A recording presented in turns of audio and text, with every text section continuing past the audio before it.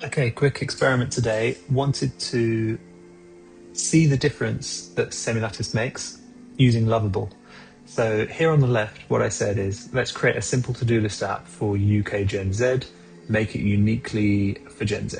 On the right, I said the same thing, make to-do list app for Gen Z, make it uniquely for Gen Z, but crucially, use Semilattice to run simulations of the UK adults 2025 Gen Z user model to test and validate your decisions.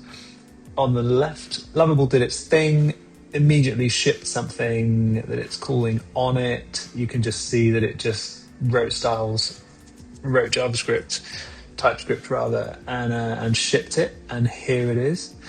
And on the right, what first happened is it looked up the available user models in Semilattice, worked out how to run simulations, found this Gen Z user model, etc., etc., etc., and then ran two simulations.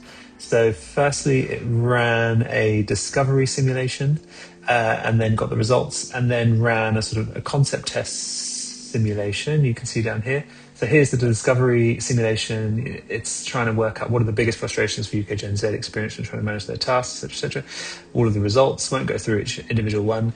And then it sort of ran some tests on its concept. You can see here it summarizes, got some rich data, key signals from Gen Z. This is kind of a small model.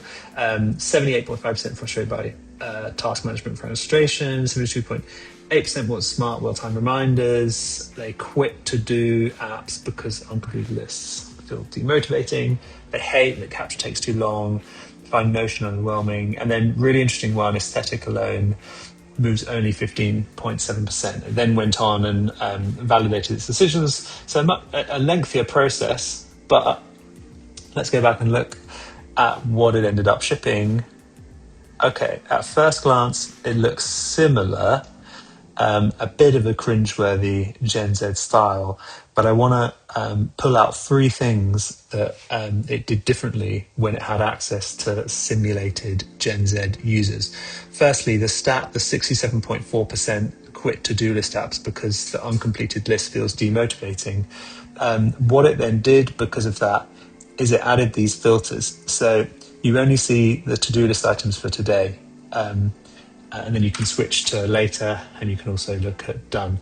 In this one, you see everything. So eventually,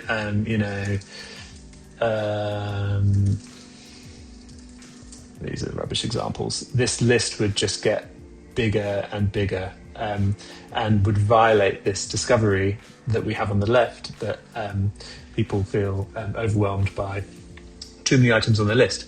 Okay, the other really interesting thing is that the simulation found that 72% want smart, well-timed reminders. But what it did is it added this timing element. When do you want to be reminded about this? Evening, midday, morning, late. That's just not here at all. So if there's going to be a reminder on this side, it's just going to pop up at the wrong time, which was something that came out in the discovery as super annoying. And then finally, you can actually kind of see it.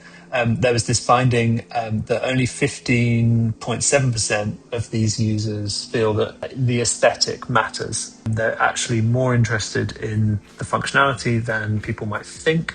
And so it actually toned down the sort of Gen Z slop style. So that's it. In a very small build, that's the kind of difference that Semilattice will make.